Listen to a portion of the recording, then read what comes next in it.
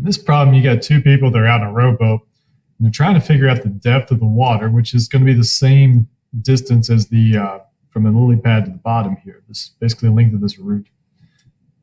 And the things we know are that the lily pad sticks up 10 inches above the water, and they're going to row the boat 5 feet away. So let me switch over to a drawing that's got some of that stuff in it. So the depth, again, is the length of the root to the bottom, from the lily pad down.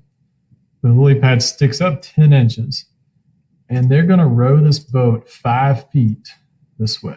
Let's add that in.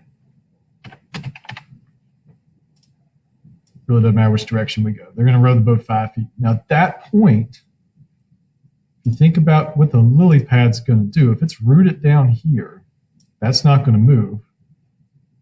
But if they're grabbing the top of this thing, then as the boat goes forward, the lily pad's going to kind of stretch out, and eventually the top's going to touch the water. So that's what we're looking into. At some point, we're going to be able to set up some triangles here. So here's another diagram of the situation.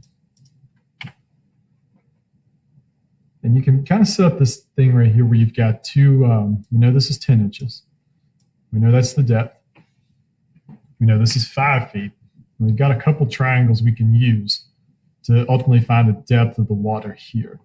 Now, I will tell you these are right angles. So let's go ahead and add that in. Those are both right angles. And I know that because we're talking about the horizontal surface of the water versus the plumb distance straight down to the bottom of the pond. So that's perpendicular. So straight up and down this way is perpendicular as well.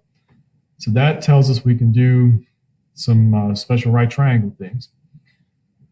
So I'm going to leave you with that. That should be enough to get you to think about it. Start filling in these other sides. That's where I would go next.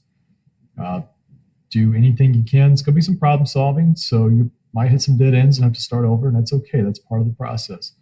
So keep messing around, doing whatever you can until you can ultimately find this distance D right here. That's your final answer.